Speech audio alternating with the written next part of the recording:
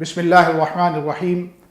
عن اسود بن یزید رضی اللہ تعالی عنہ قال سألت عائشة رضی اللہ تعالی عنہ ما كان النبي صلى الله عليه وسلم يصنع في بيته قالت كان يكون في مهنة أهله تعني خدمة أهله فإذا حضرت الصلاة خرج إلى الصلاة رواہ البخاری.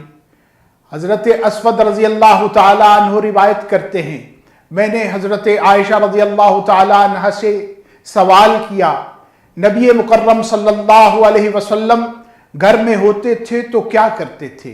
حضرت عائشہ نے فرمایا آپ اپنے گھر والوں کے کام میں ہاتھ بٹاتے اور جب نماز کا وقت آ جاتا اور تو مسجد چلے جاتے.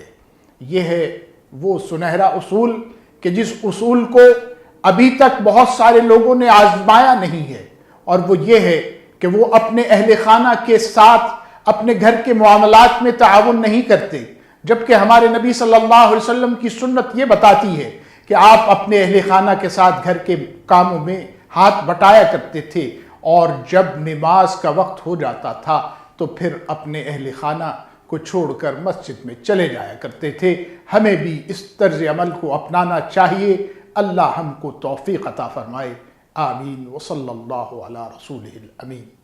اللہم صلی علی سیدنا محمد وعلی آلہ وصحبہ وسلم.